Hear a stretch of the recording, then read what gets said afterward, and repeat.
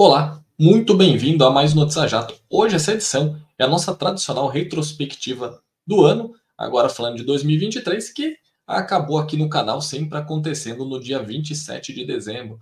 Então a ideia é abordar um pouco do que aconteceu na aviação ao longo do ano e colocando aí os principais tópicos. Evidentemente, não dá para falar de tudo. Para você ter uma ideia, só no site da Aero Magazine nós publicamos mais de 3.100 notícias ao longo do ano.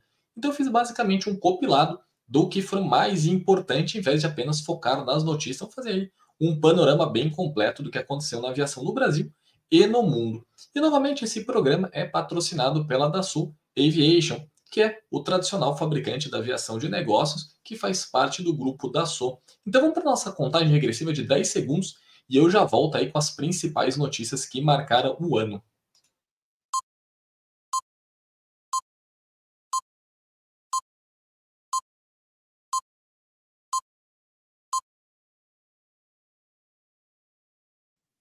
Então, vamos lá comentar um pouquinho dessa retrospectiva, o que foi mais importante aí ao longo de 2023. Como eu disse, foram mais de 3.100 notícias apenas no site da Era, ainda muitas matérias e eventos que nós cobrimos ao longo do ano. O canal, ele agora aí volta com uma série de novidades para a temporada 2024. Vocês já viram alguns vídeos que nós lançamos, por exemplo, da Área 51. Se uma visita lá, evidentemente não dá para chegar na base, mas é ali uma espécie de micro documentário mostrando tudo o que passou por lá, até o B-21, que daqui a pouco até fala um pouquinho sobre ele também. Então vamos lá, falar um pouco de 2023, que foi um ano aí marcado por uma retomada em todos os aspectos da aviação. Comparado a 2020, que foi onde começou toda a crise sanitária, muita gente aí comemora e bastante os resultados. Não chegou ainda a superar tudo que existia até 2019, mas grande parte das metas foram até ultrapassadas. Por exemplo, o movimento de passageiros, algumas companhias aéreas dos Estados Unidos passaram dos 100 milhões de passageiros transportados, que é ligeiramente melhor até do que 2019. Mas, no geral, ainda algumas coisas estão em aberto. E para aviação comercial, tem bastante coisa acontecendo bem positiva. Por exemplo, a família E-Jet E2, que é a versão remotorizada da família E-Jet da Embraer, conseguiu uma série de contratos importantes. Aliás, a Porter, que é uma empresa aérea regional do Canadá, está se tornando uma empresa nacional bem estruturada exatamente sobre a plataforma E2. Estão aí um cliente grande do 195, então estão aí colocando muito mais para oferta de assentos do que antes da pandemia. Até porque anteriormente era uma empresa muito pequena ali, com aviões turbohélice. Eles estão construindo um terminal de passageiros novos e tudo baseado na família E-Jet E2. Isso é bem simbólico por conta do Canadá, sede da Bombardier, ok, ela não faz mais parte da aviação comercial, mas tem aí todo um simbolismo e mostra que ele tem um potencial de não apenas ser um avião regional, como foi vendido ao longo de muito tempo, mas também ali um avião para rotas troncais e rotas alternativas. É de você sempre voar entre grandes cidades, tem aquela grande demanda de passageiros, dá para escolher pares de cidades menores, ou uma grande cidade, uma cidade média ou pequena, e criar uma série de novas ligações, que é exatamente a ideia da Porter. A Embraer tem trabalhado bastante para colocar então o E-Jet no mercado, a família E2, de acordo aí com as perspectivas que existiam antes de tudo acontecer lá em 2020. E eu já falei bastante aqui no canal também, algo importante, que o E2 foi o último dos aviões remotorizados a entrar no mercado. Então, o primeiro lançamento foi o então C-Series da Bombardier, o atual do A220. Na sequência, a Airbus remotorizou a família 320, que virou o Neo. A Boeing fez o mesmo com o 737, que é a família Max. Então, aí que a Embraer lançou o E2. Ele fez a apresentação dele em meados de 2016, entrou em serviço lá para 2018, já próximo ali de uma situação um pouco complexa dentro da história da Embraer, porque ela estava pensando naquela fusão da aviação comercial junto à Boeing, então muito cliente, muito potencial cliente, esperou para ver se compraria o avião em condições melhores, como é que ficariam os financiamentos. Quando as coisas estavam relativamente caminhando, veio então a pandemia, foi meses depois então do que o 195 E2 foi entregue para a Azul, que aconteceu em setembro de 2019. 1900 seria muito interessante. Mas então eles acabaram ali chegando muito atrasado ao mercado e com tudo o que aconteceu. A tentativa de fusão e depois a pandemia. Então isso atrapalhou bastante os planos do D2, mas as coisas estão voltando aí para frente. Porém, o seu principal rival, o A220, continua sendo um sucesso de vendas, está bem próximo de atingir a marca de 1.000 aviões encomendados. O grande diferencial, que é o trunfo do A220 é que ele está um degrau acima da família 195E2. O motivo é que lá atrás, quando a Bombardier planejou esse avião, como eu disse, era o Sears, ela queria entrar ali num gap de mercado que era entre o 195 de primeira geração e a família 737-700, 737-600 e também o A318 e A319 ali da Airbus. Muita gente tinha dúvidas se funcionaria, porém, quando a Airbus comprou esse projeto, ela optou então por basicamente parar ali de focar suas vendas do A319neo. Ela já tinha tirado o A318 do mercado, então ela acabou colocando ele ali naquele mercado que ela mesma tinha e mostrou ali bastante acertado.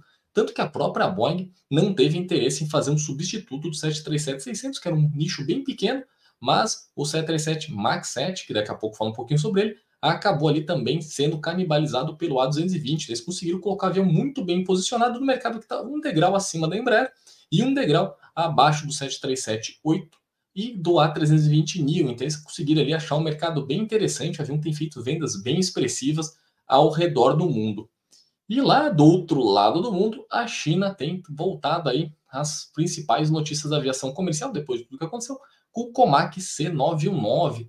Para quem não lembra, se você conhece, eu peço desculpa, mas só para colocar aqui para quem não conhece o avião, ele é um rival direto do 737 e do A320. Ele é um projeto 100% chinês que saiu ali daquela ideia de fazer tudo local e partir para o que o mundo inteiro faz, que é um avião de prateleira. Você faz o desenvolvimento do avião e busca no mercado os melhores fornecedores que existem. Então, quase todos os sistemas do avião são ocidentais. Por exemplo, os motores são os mesmos utilizados no 737 MAX, por exemplo. Então, a Comac, que é um fabricante chinês, optou por fazer o que todo mundo faz bem feito. Então, isso ali colocou o avião numa posição de destaque, tanto de projeto quanto de perspectivas futuras. Tanto que os primeiros já estão em serviço, teve até um reajuste aí na tabela de preço do avião e a Comac acredita que realmente vai conseguir estabelecer ali um domínio dentro do mercado chinês. Você pode dizer, mas tudo bem, vai ficar só na China, mas lembrando, essa intenção deles é mais ou menos um terço do mercado de aviação comercial chinês, entre 120 e mais ou menos 200 assentos. Isso representa hoje, dentro da perspectiva futura até 2045, algo como 3.200 aviões, só esses 30%, ou seja, ali só eles conseguem viabilizar com grande folga e margens todo o projeto. Tanto que estamos falando também de uma versão encurtada, uma versão alongada, tudo está sendo analisado para atender prioritariamente o mercado chinês. Mas nada impede que assim que eles estabelecerem ali uma operação confiável, um pós-venda que funcione, eles não tentem partir para o resto do mundo. Se eles conseguirem mais 1.000, 1.500 aviões de vendas, vai ser realmente um sucesso internacional o C919. Outro ponto aí também interessante, já que eu falei da família MAX, da Boeing, é que depois de tudo que aconteceu, com os dois acidentes entre 2018 e 2019, teve aquela paralisação dos voos que foi bastante traumática para a Boeing.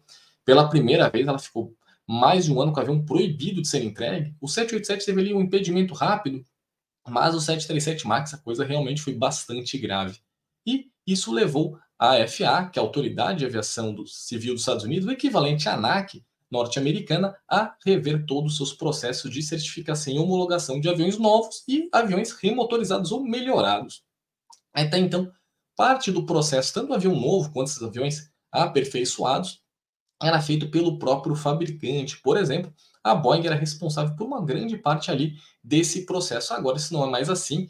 Todo e qualquer avião a FAA está olhando todos os detalhes. Tá? Ela tomou para si tudo de novo. Aquele voto de confiança que havia, agora não existe mais. Isso acabou afetando bastante as perspectivas de entrega do 737 MAX 7, que é a versão mais curta, e o MAX 10, que é a versão alongada com maior capacidade. A Boeing tinha intenção de certificá-lo ano passado, não conseguiu. Conseguir ali mexer junto ao lobby político americano para estender a regra antiga para conseguir fazer essa homologação, já que começou antes, eles falaram que seria justo que todos os aviões que colocassem a proposta a partir da mudança da lei, sim, entraria dentro dessa nova regra da FAA, mas quem já tinha tentado antes deveria seguir. Isso acabou funcionando, foi até bastante justo, já que se fizesse qualquer mudança, teríamos duas famílias dentro de uma só. Então seria o 737 MAX 8 e 9 dentro de uma regra, ou seja, dentro de uma produção, dentro de uma parte ali de treinamento, de operação diferente do 7 e do 10. Isso seria realmente um grande pesadelo, tanto para os operadores quanto para a própria Boeing, aí,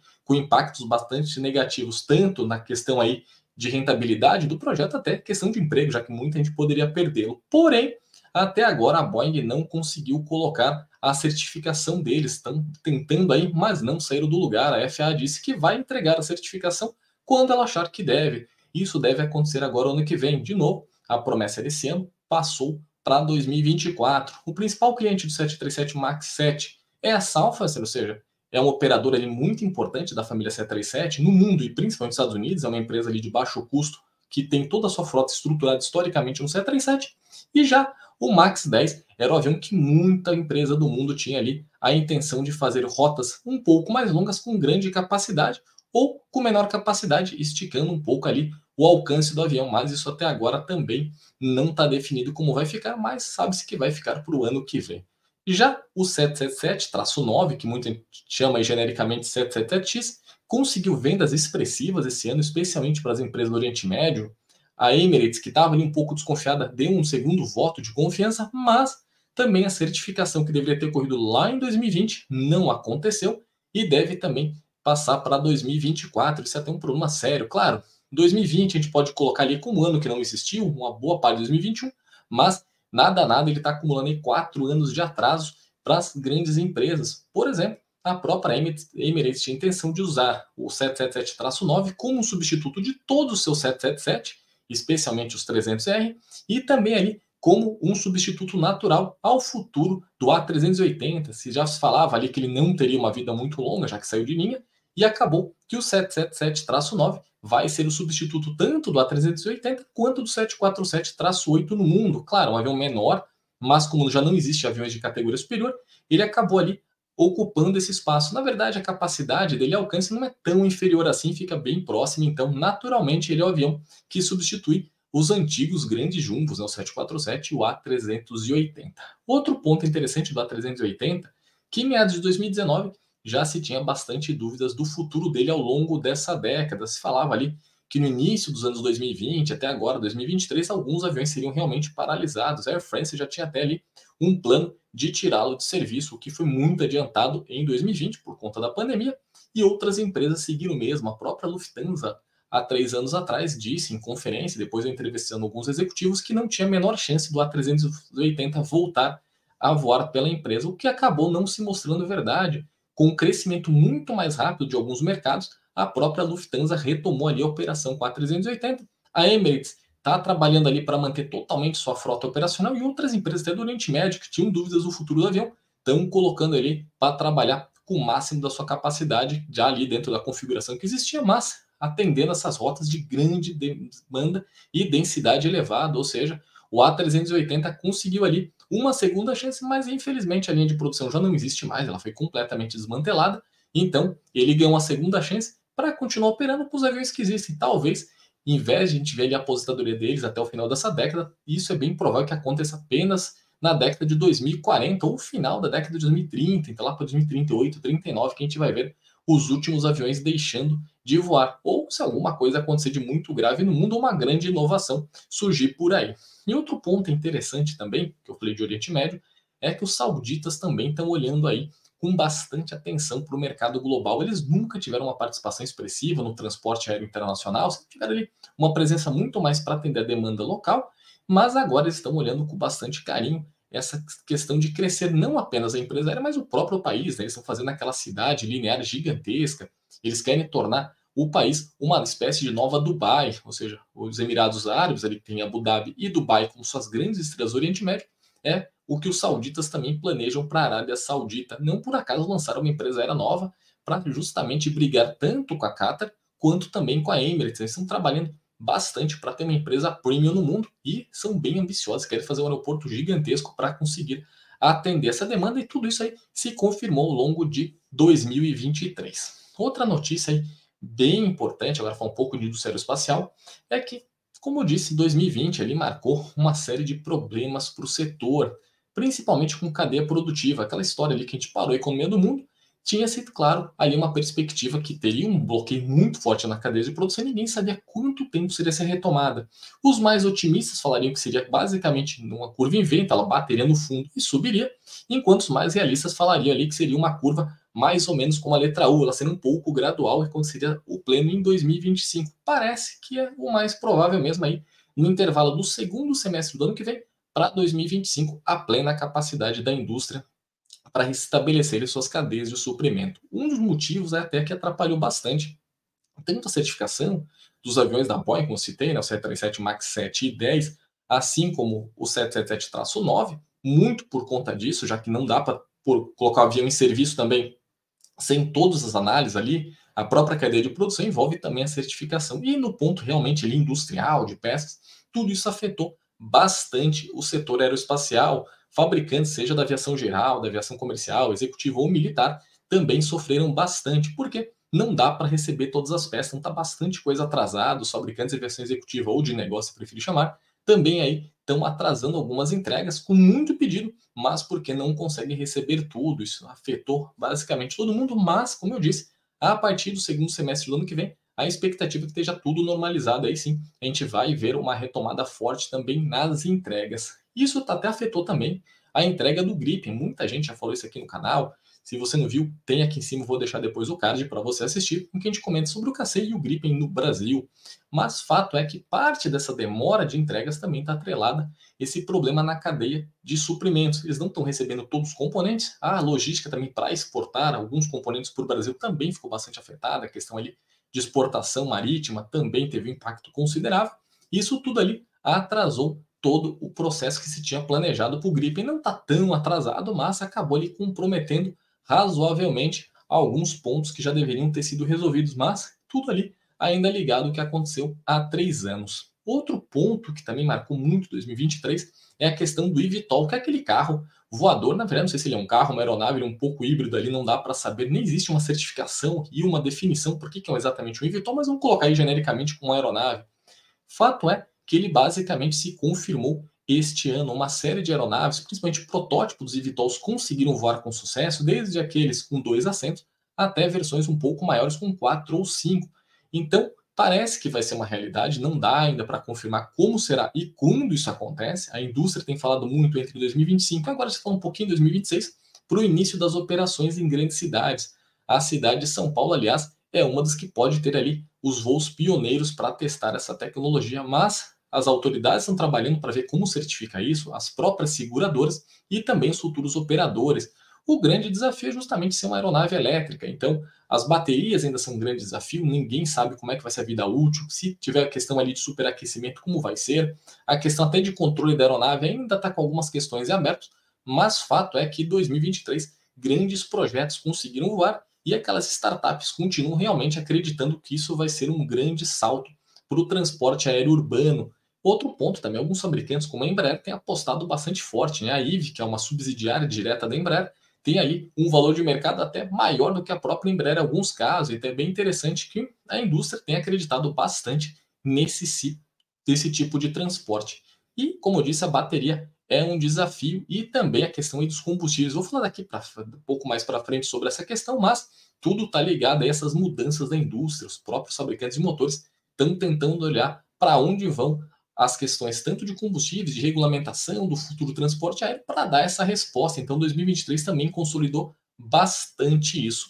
E em outros setores, sem ser aviação comercial, a própria militar, a de negócio, as coisas estão andando, mas sem grandes novidades. Eu vou até daqui a pouco também falar um pouco da aviação de negócio aí, como é que foi este ano. Mas antes, acho que vale a pena falar um pouco dos aeroportos brasileiros. Pela primeira vez na história, mais de 90% do tráfego de passageiros e carga passaram por aeroportos privados.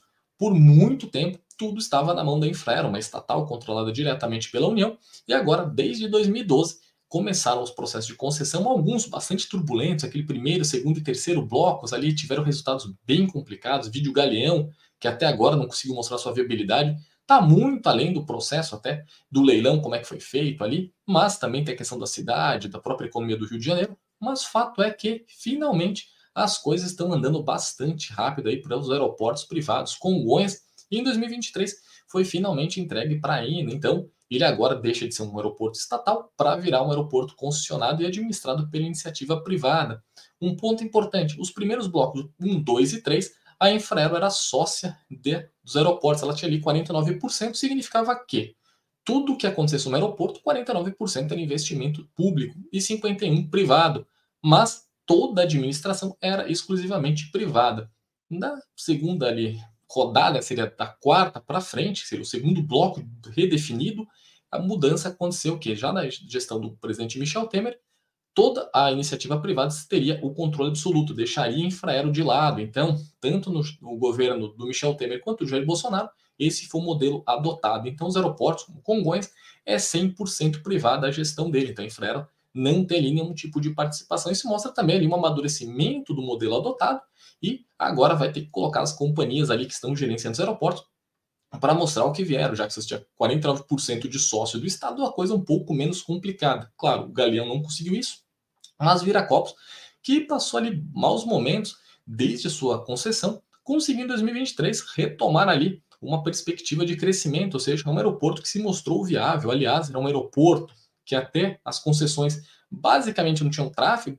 A Azul estava ali batalhando bastante para fazer do aeroporto um grande hub e com a Azul, mas a concessão as coisas realmente ficaram muito melhores para o aeroporto ali de Campinas. Então, é uma marca importante, 2023, mais de 90% do tráfego é por aeroporto privado. E acredite-se ainda que no futuro, Santos Dumont e Galeão também vão ser concessionados, já que Jacarepaguá e Campo de Marte, esse na cidade de São Paulo, também já estão sob a iniciativa privada, eles voltados para a aviação geral e de negócio. E no caso do Rio de Janeiro em si, Santos Dumont e Galeão, era para ter sido feita uma concessão separada ali para o Santos Dumont, depois teve uma série de políticas ali bem populistas, para falar o português, claro, que era para tirar o tráfego do Santos Dumont, levar inteiro para o Galeão, para gerar tráfego, mas ali a demanda parece que não funcionou. Ainda está bem definido tudo isso daí, mas é certo que a tendência do governo atual é manter a concessão e fazer um bloco único ali para conceder os dois. Até que no canal da Aero eu entrevistei o ministro, até então, né, ministro de Portos e Aeroportos, o Márcio França, e ele falou superficialmente dos planos para o Santos Dumont e Galeão. Vamos ver se se confirmam para 2024. E até falar um pouco aí dessa questão que eu falei do Márcio França, tinha aquela ideia de fazer os voos a R$ 200, estaria ligado ao Ministério de Portos e Aeroportos, ali uma troca de favores com as companhias aéreas, mas isso não foi para frente. E as tarifas brasileiras continuam ali bastante equilibradas, claro, considerando a renda do brasileiro versus as tarifas são altas, mas dentro da realidade de mercado global, as tarifas estão bastante equilibradas, sem grandes valores. A maior parte delas custa menos de R$ 1.000. De novo, claro, para a maior parte das pessoas que não ganham bem, isso impacta, mas acabou que as companhias aéreas conseguiram ali um ponto de equilíbrio entre uma oferta com tarifas competitivas, não muito baratas, mas as coisas estão aí caminhando. E os R$ 200 a passagem, pelo visto, ficou só promessa mesmo. Já para a gente falar um pouco, então, de outro modelo, né, que é a aviação de negócio, o avião executivo, teve um ano muito positivo, mas não foi ano de grandes lançamentos. É natural, a aviação de negócio geralmente já tem momentos de crescimento, uns grandes booms com vários lançamentos, depois ali um arrefecimento que até para começar essas entregas. O principal lançamento do ano, com certeza, é o Honda Action, que é uma versão estendida, basicamente um modelo novo, mas um avião um pouco maior do que o Honda Jet. O objetivo da Honda agora é disputar o mercado de jatos leves. O Honda Jet é um Very Light Jet, é um avião muito leve, que é competidor direto do Phenom sem da Embraer. Aliás, a Honda, depois que ela colocou o Honda Jet no mercado, ela ganhou esse mercado todo para ela. Era o avião mais recente dessa categoria, que foi lançada oficialmente lá nos anos 2000. Já existiam alguns aviões menores, mas nada dentro desse conceito VLJ do avião muito leve. E a Honda foi a última a chegar e conseguiu atender uma série de deficiências que os projetos anteriores tinham e conseguiu ali uma liderança folgada. Agora, o objetivo deles é justamente ir para um mercado que eles não têm ainda, que é o jato leve, que até pouco tempo era ali um domínio da família Learjet, Citations, que é a família CJ, e que a Embraer conseguiu para ela, o Phenom 300, há mais de 10 anos, é líder absoluto nessa categoria. E é onde a Honda está mirando agora. O Action, que é esse avião que eles recém lançaram, tem alguns destaques interessantes, um bagageiro gigantesco, quase metade do avião é ali um grande bagageiro. E é um segmento que tem ali uma demanda grande por pequenas malas, mas quanto mais espaço cúbico, melhor. Não é muito peso, mas bastante espaço cúbico. E o objetivo deles agora, então, é encarar um avião que aí há mais de 10 anos tem o mercado inteiro ali para ele, que é o Phenom 300. Vamos ver como é que vai ficar a Honda e a própria Embraer, a resposta da Embraer para o Honda e como é que a Honda pretende ganhar esse mercado. Vamos ver, vai ser bem interessante. Outro ponto também que vale destaque é que a Dassault Falcon conseguiu a certificação do Falcon 6X, que é um avião bimotor, é o maior avião bimotor até hoje produzido por eles, que aliás marca o fim dos trijatos, né? O Falcon 8X foi o último dos trireatores, e o Falcon 10, que deve ser desenvolvido e lançado até o final da década, ele também será um bimotor, então o 6X ali é o final absoluto do reinado dos trijatos da Dassault. Ele foi certificado recentemente e as entregas, a previsão é que comece agora em 2024, um avião também ali que deve mudar um pouco o cenário. A Dassault deu um salto um pouco maior do que ela estava acostumada, não chega às mesmas capacidades do 8X, mas ele está trabalhando ali em um mercado bem importante que abre ali uma nova oportunidade para o 10X no futuro. Então, a Dassault também conseguiu a sua certificação e a Gulfstream também espera certificar o G700 ao longo até o final agora do ano e as entregas começarem o ano que vem. Ele também é o maior avião da família Gulfstream em termos de alcance, não mas em sim de capacidade. O alcance é o 800, que é um pouquinho menor que o G700, mas o G700 tem aí, então, expectativa de ser o avião com maior alcance da família Gulfstream, que é um concorrente direto ao 7500, que é o Global da família da Bombardier. Então as coisas estão andando bem interessantes na aviação de negócios também. E só para fechar, então, vamos ver como é que vai ficar o cenário ano que vem. Em 2020 e 2021 teve grandes vendas da aviação de negócio, as coisas se estabilizaram ao longo de 2023 e a expectativa é que fique assim o ano que vem, já que toda aquela grande demanda, muita gente correndo atrás de aviões privados, tende a reduzir um pouquinho, exceto, claro, se a economia mundial crescer de uma maneira vertiginosa, isso tende a acompanhar também, mas a expectativa para o ano que vem é que fique bastante estável, sem grandes oscilações e nem grandes lançamentos, né? Quase todo mundo já lançou o que tinha que lançar, mas a gente vai ver agora as entregas dos aviões, assim, G700, G800 e G400 por parte da Gulfstream, o Falcon 6X e Falcon 10X pela Dassault, também tem ali a Bombardier com o Global 8000, que foi recém-lançado, então as coisas devem ficar mais estáveis nesse segmento. Já mudando aqui de assunto, eu estou a tocar a barra aqui, a guerra do Hamas e os desafios também da aviação militar. Foi interessante essa ação do Hamas, claro, um ato brutal, terrorista, que aconteceu em 7 de outubro desse ano, mas que mostrou como a aviação pode ser usada por grupos terroristas, sem ter grandes aeronaves sofisticadas. Com Trikers, aqueles basicamente uma asa delta voadora com motor, eles conseguiram sair do território da Palestina e fazer grandes ataques sobre Israel. Isso foi bem marcante ali e mostrou que dava para usar uma arma bastante simples, mas com grande letalidade. E a resposta israelense foi com caça. Então você tem ali um Triker sendo usado versus aviões como F-15, F-35, F-16 para atacar posições do Hamas. Eu não vou entrar nesse assunto aí da guerra, questão Hamas-Israel, porque foge completamente ao tema aqui do canal, mas mostra basicamente como as aeronaves que não eram para uso militar podem ser empregadas. Aliás, os drones marcaram realmente a sua presença definitiva no campo de combate. Lá na Ucrânia, isso já tinha acontecido ano passado, tem se desenrolado em 2022 e 2023, e agora países como o Irã têm usado cada vez mais drones para fazer ataques ali contra alguns alvos potenciais. Teve um ataque recente do Irã contra um navio. Os Houthis também têm feito alguns ataques a refinarias na Arábia Saudita, ou seja, parece que o drone também chegou para ser uma arma bem definitiva no campo de combate. Não só aqueles super sofisticados, como os americanos utilizam, tanto para ataque quanto para espionagem, mas modelos até quase caseiros, bastante pequenos, que a gente consegue colocar numa mesa e que consegue ali fazer um dano considerável. A Ucrânia tem usado até alguns para fazer baixas ali em tropas inimigas. É basicamente uma granada voadora, então também tem funcionado bastante, ou seja, mudou completamente o cenário da guerra moderna.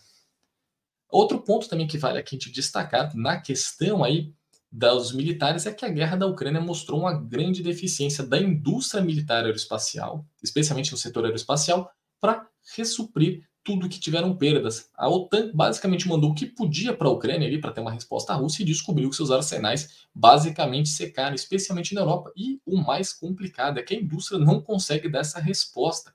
Eles acharam que conseguiriam manter uma cadência, mas quando a coisa realmente aconteceu, eles viram que justamente por conta até dessa cadeia de suprimento aí que está ainda tentando retomar, e os custos e complexidade das novas armas não era como na Segunda Guerra Mundial, o Vietnã, que você conseguia fazer em larga escala aeronaves e armamentos agregados a elas. Então, isso deve também se mostrar um grande desafio para 2024, que ficou muito claro em 2023. Então, a questão industrial mostrou claramente que as coisas eram muito sofisticadas e caras e a indústria não estava pronta aí para uma resposta em caso de guerra em larga escala. E olha que a Ucrânia não chega a ser uma guerra gigantesca, mas imagina se tivesse um conflito entre duas nações bastante poderosas, como que a indústria teria que se reestabelecer para fazer essas entregas. Então, a gente viu isso aí de forma bastante clara e bem assim acentuada ao longo de 2023. Outro ponto também interessante é que o F-35 ampliou suas vendas no mundo, eles conseguiram aí parceiros importantes. O ano passado, por exemplo, teve Finlândia, Suíça, todos os países aí começaram a olhar o F-35 como um potencial, e os europeus, por outro lado, começaram a falar num caça de sexta geração.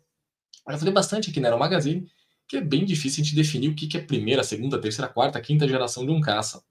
Na verdade, a primeira geração dos caças a jato não é difícil, né, os primeiros que chegaram, mas ali da segunda para a quinta fica bem embolada a coisa. E por questão de marketing surgiu até essa ideia de caça de quinta geração, quando foi criado ali o projeto, que daí originou F-22, o lobby da indústria criou, então, qual que era o diferencial dele em relação ao F-15? Ele era um avião de quinta geração. Isso acabou depois virando um marketing, que é exatamente o que está acontecendo agora. Os europeus, até os americanos, falam caça de sexta geração. Mas o que ele muda em relação? Ninguém sabe ainda, mas é claro que essa tecnologia tende a ter maior número de aeronaves autônomas, ou seja, uma questão um pouco híbrida também. Você tem um modelo com piloto e um modelo sem, e muito também ligado ali a guerra centrada em rede, que vai ser cada vez mais presente. Os caças de geração 4,5, como o Gripen, Rafale, F-18, Super Hornet, no caso, são bastante sofisticados nessa questão. O F-22, F-35, ali, que foram os pioneiros da quinta geração, levaram isso ainda mais, e essa sexta geração ocorrendo, isso deve ficar cada vez mais presente, com um maior diferencial muito provável, é justamente essa opção híbrida aí de pilotagem, seja autônomo, seja pilotado remotamente, ou seja, com alguém no solo, ou com um piloto dentro. Isso deve marcar e tem se tornado um debate bem interessante ao longo de 2023. Os americanos falando substituto do F-22, os europeus ali tentando buscar um novo avião para atender a comunidade europeia. Claro, cada país ele tem suas definições, uns entram, outros vão nas grandes conglomerados ali para disputar um novo projeto, mas fato que a Europa tem falado bastante nisso. Aliás, os coreanos também fizeram seu primeiro caça, o rollout foi ano passado, mas eles também já estão pensando num caça de sexta geração, até num cargueiro, e importante, daqui a pouco eu até falo da questão aí da Coreia do Sul com cargueiro, já que o KC-390 fez ali pelo menos uma venda para eles, não dá para saber o número, mas a intenção de compra sim existe. Outro ponto entre a sexta geração e para a gente ficar um pouco focado é o B-21. Ele realizou o primeiro voo esse ano, ele foi apresentado em dezembro do ano passado, e em dezembro desse ano ele fez seu voo inaugural. Interessante que o F-117, o B-2, todos foram feitos ali voos bastante secretos, iam ou para a Califórnia, base de Edwards, ou ali na área 51, e faziam seus voos de estreia longe de todos os holofotes e todas as câmeras. O B-21, ao contrário, alguns testes de solo foram fotografados amplamente, e o primeiro voo também. Então tinha uma série de spotters, entusiastas ali, observando o primeiro voo dele. Ou seja, mudou até a questão de como os Estados Unidos estão também mostrando seu poderio militar, mesmo com essas aeronaves bastante sofisticadas. O B-2 demorou ali para ele ser confirmado, o F-117 demorou bastante tempo, e o B-121 não, teve um rollout público transmitido pela internet, aliás, tem aqui no canal, a gente foi comentando ao vivo a transmissão do rollout do B-21, e o primeiro voo também foi bastante público. Ele é definido como um avião de sexta geração, embora essa definição fosse clássica para os caças, mas a Northrop colocou então ele como um bombardeiro de sexta geração. O que tem de diferencial que a própria Northrop disse no rollout e no material divulgado até pela Força Aérea Americana é que ele traz o que eu comentei anteriormente, essa questão de poder voar de forma autônoma, que estão planejando. Ele é um avião com uma capacidade furtiva ainda superior ao B-2, que era ali a obra-prima nesse sentido, junto com o F-117. Vai ter uma capacidade não de ser apenas um bombardeiro, mas um avião muito mais completo. Ele vai poder fazer espionagem, vai poder fazer guerra eletrônica. Ou seja, ele se tornou então um avião multimissão com a capacidade de bombardeiro, ou seja, mostra que as armas agora são bastante integradas. E 2023 marcou então o seu primeiro voo, e vamos ver se vai se cumprir o cronograma e a intenção de comprar basicamente 100 bombardeiros, os custos se não dispararem, né? Outro ponto importante que eu coloquei na minha colinha é a questão do Gripen. O Brasil recebeu esse ano o 8º Gripen, são 7 operacionais e um destinado a ensaios em voo, que é o primeiro avião ali, que ele é quase um protótipo. Muitos questionaram ali de novos prazos, como comentei anteriormente, muito está ligado à questão da cadeia de suprimentos. Então isso atrapalhou bastante as entregas, mas as coisas agora estão andando, o que também atrapalha a questão orçamentária. Lembrando, cada corte que tem ali no orçamento fica mais difícil você trazer os aviões no tempo hábil, então a Força Aérea tem que pagar por isso, não exatamente a entrega do avião, já que está no financiamento de longo prazo junto aos suecos, mas tem que colocar em serviço, receber o avião, então tem um custo alto, até o transporte também, e a Força Aérea dentro do seu orçamento está fazendo o melhor que ela pode. E então isso também deve ficar bastante marcado para 2023 e para 2024, entregas um pouco escalonadas. Já o C-390, o Brasil falou deve, porque não é certo, já que esse tipo de informação não são públicas, é bem difícil conseguir qualquer informação oficial ou com uma garantia de 100%, é que deve fazer uma campanha, uma espécie de um lobby para vender o C390 junto aos suecos. Ali se define muito que seria mais ou menos uma tentativa de troca. Você compra a Gripen, no caso do Brasil, e os suecos compram então o C390 ali num ato de boa vontade. Não parece que vai ser ali um diferencial, ou seja, tem que ter a compra do avião, senão não compra o seu. Isso parece que não deve ser costurado pelo governo brasileiro.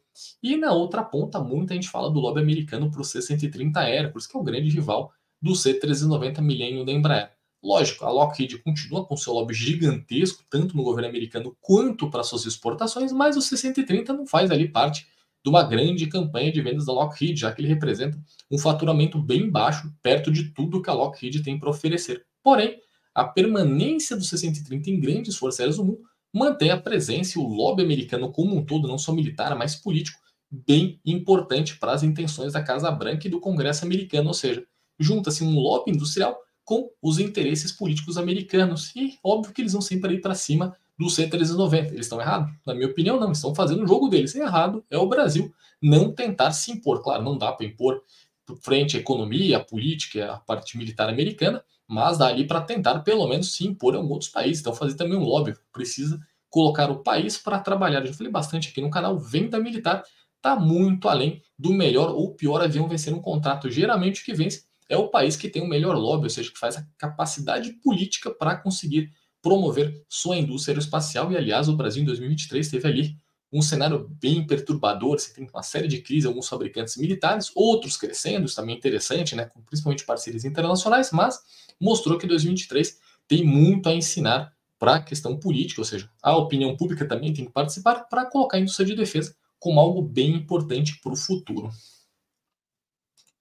E para falar um pouquinho então do C390, que eu falei um pouco mais específico dele, ele conseguiu ao longo de 2023 marcas bem importantes. Por exemplo, teve a primeira entrega para a Força Aérea Portuguesa, muito simbólica. Primeiro, que é um parceiro do projeto e é um país que é membro da OTAN, ou seja, a primeira unidade padrão OTAN do C390. Isso é importante, já que a maior parte dos aviões negociados até agora são de países que fazem parte aí da aliança. Então, você tem a Holanda, por exemplo, que é um país bem importante, tem negociação com a Suécia, que está aí fazendo seu ingresso na OTAN. Isso tudo é interessante. A própria Áustria não é parte da OTAN, mas está ali na Europa. Então, é um país também simbólico aí para as vendas do C390. E a mais importante desse ano, por enquanto, foi então a questão do acordo com a Coreia do Sul. Não se tem um contrato assinado, mas sim uma intenção muito clara de compra, e também não temos exatamente os valores. Isso mostra que o avião conseguiu chegar na Ásia, um país importante, a Coreia do Sul, tem uma força de defesa bem expressiva, eles têm inimigos ali bem claros, por exemplo, a Coreia do Norte, tem toda ali uma aliança da questão Ásia-Pacífico para manter a defesa, e o C-390 vai estar ali num cenário bem interessante. E outro acordo importantíssimo do C-390, de novo, não é uma questão que vai acontecer ou não, mas o simbolismo desse acordo é importante, foi com os sauditas, que podem se encomendar avião até produzi-lo localmente. Então também aí mostra que a Embraer tem trabalhado bastante para ampliar sua presença no mundo e com parcerias bem estratégicas. Por exemplo, os sauditas seriam interessantes aí nessa cadeia, não só de produção, mas para promoção do avião no Oriente Médio e países que os sauditas ali têm uma presença bem considerável, tanto econômica quanto política também. A outra notícia importante, passar agora um pouquinho de novo para a aviação civil, mas falar de aviação geral, é que a Cirrus e a Daher conseguiram marcas bem expressivas ao longo de 2023. A Cirrus se consolidou como líder absoluto entre monomotores. É interessante se pensar 15 anos atrás, mais ou menos, muita gente me falava que o Cirrus era basicamente um avião de brinquedo e que ele tinha um paraquedas que basicamente era um explosivo que disparava o paraquedas, que ninguém ia querer aquilo, que era um absurdo. Parece que era exatamente o contrário. O mundo sim queria essa questão do paraquedas. E a própria tecnologia embarcada no Cirrus, que é bastante sofisticada, tornou ele um sucesso absoluto, e a Cirrus tem mantido ali sua presença e sua posição como o principal fabricante de aviões monomotores do mundo com motor a pistão. Para você ter uma ideia, o SR-20, que é o modelo original ali, um pouco menor em capacidade de motor, ou seja, um avião que tem um pouco menos de alcance, mas são sempre 5 passageiros, muda um pouquinho o motor, ele conseguiu 71 entregas até o final do terceiro trimestre deste ano. O SR-22, que tem um motor um pouco mais potente, conseguiu 93. E o SR-22 Turbo conseguiu impressionantes 225 entregas. Isso apenas nos 3 primeiros trimestres do ano. Deve passar consideravelmente esse número ao consolidar 2023. Ou seja, ele superou completamente os principais rivais. Para você ter uma ideia, o Cessna Skyhawk conseguiu, até o terceiro trimestre, 120 entregas. Olha só a diferença ali, mostrando que a família Seals realmente mostrou o que veio. E além disso, a Seals também conseguiu uma marca muito importante em 2023, que foi a entrega do avião número 500 do seu monojato, o Vision Jet. Lá atrás, há mais ou menos 15 anos também, a Seals embarcou na ideia dos aviões leves, aqueles Very Light Jets que eu comentei, os VLJs, mas ela quis fazer um degrau um pouco antes, que é um avião personal, um personal jet, ou seja, um avião que o piloto, que é dono dele, vai entrar, então, ao invés de salvar um monomotor, um turbo-hélice, um jato. Era uma coisa que era um grande sonho da indústria, conseguir viabilizar isso, foi distante dos planos de custar menos de $1 milhão, mas a Seals batalhou ali e conseguiu fazer, então, do Vision Jet um personal jet bastante importante, com 500 vendas até 2023. Apenas até o terceiro trimestre desse ano, foram 61 entregas pela Seals, ou seja, realmente o avião conseguiu ali se mostrar bastante viável e colocou a Seals não só como fabricante de pequenos monomotores, mas também como monojato, ou seja, ela deu um salto considerável. E a Daher, que é responsável pelo TBM e também pela família Kodiak, já que ela comprou a divisão americana, também conseguiu marcas expressivas esse ano. O Kodiak 100, que é aquele avião que lembra muito cara, aliás, até explicando aqui porque lembra muito, foi o mesmo requisito, então não dá para sair muito. Um avião que precisa operar em pistas curtas, uma certa capacidade volumétrica, tinha que ter ali uma velocidade de cruzeiro, asa alta, etc. Como resumo, basicamente era o requisito que se tinha para o Caravan lá nos anos 1980, ou seja, requisitos muito próximos, resultados bastante parecidos.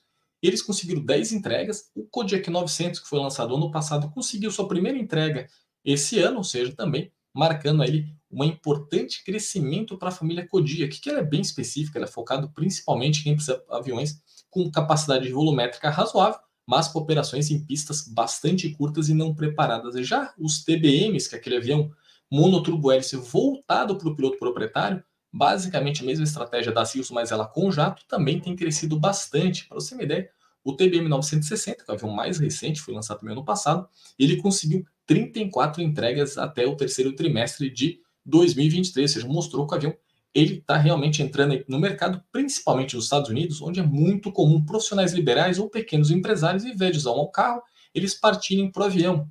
Eu tenho até um amigo que ele é de Seattle, né, próximo à fábrica da Boeing, e ele me disse o ano passado, retrasado, acho que foi 2021, que era mais barato ele usar o TDM dele, era um 940 ou 930, uns dois, se não me recordo agora, do que usar um carro, porque ele conseguia ir um dia visitar várias cidades bastante distantes e voltar para casa, ou para jantar com a família, ou ainda voltar para o escritório e continuar trabalhando. E o custo operacional, ele se colocasse as horas rodadas, todo o custo de um carro, era mais barato do que manter algo próximo a um Land Rover, ou seja, o avião é bem barato para operar, para quem realmente precisa, evidentemente. Isso é bem importante para o mercado americano, e onde a Daher realmente apostou e tem feito um trabalho bem interessante. Claro, o PC-12 é um monoturbo-hélice também, mas ele é uma categoria acima, já passou de 60 entregas ao longo de 2023 até o terceiro trimestre, mas ele está uma categoria acima, quase que uma operação comercial, não digo de uma empresa regular, mas táxi aérea, aquela operação que você compra avião e você vende os lugares, ou assentos, ou capacidade do avião ali de carga também. Então, ele está um outro segmento, mas muito importante também, mostra que a Pilatus fez uma escolha muito acertada em continuar apostando no PC-12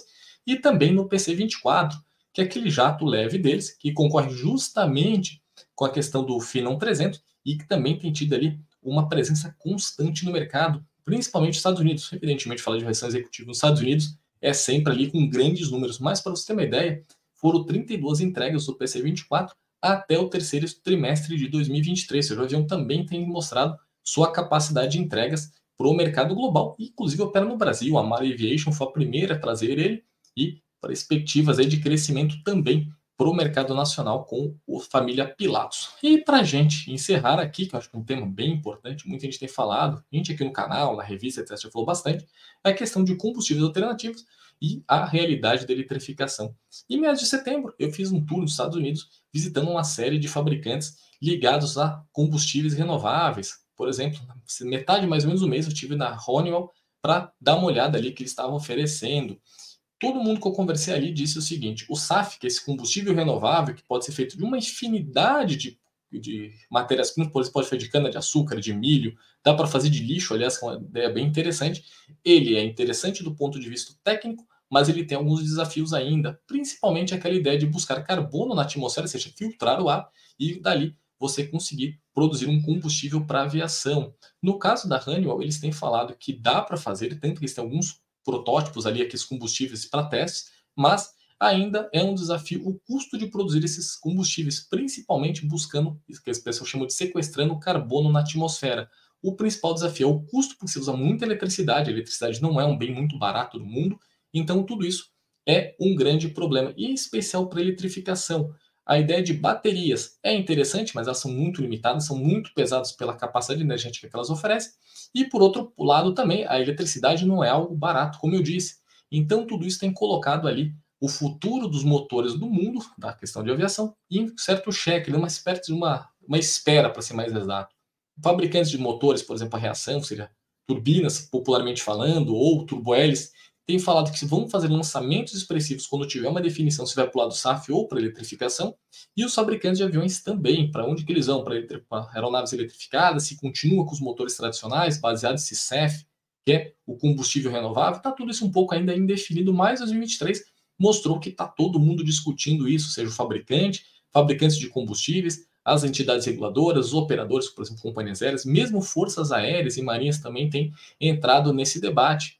E a aviação eletrificada basicamente é uma realidade, é uma aposta muito forte de startups. Você vê aí sempre no noticiário pequenos fabricantes apostando em aviões, principalmente para aviação regional ou para aviação geral, com motor 100% elétrico. Isso também pode se tornar uma realidade, seja um passo de cada vez. Ao invés de chegar no avião de grande porte para 400 passageiros elétricos, talvez seja muito mais óbvio e sensato partir para 3, 4, no máximo 10 assentos, até você ganhar capacidade, tem um pouco também de conhecimento técnico, ver os desafios. Então, ainda está bem definida a questão de combustível e da eletrificação, mas em 2023 todo mundo sentou de uma maneira bem séria para tratar desses assuntos.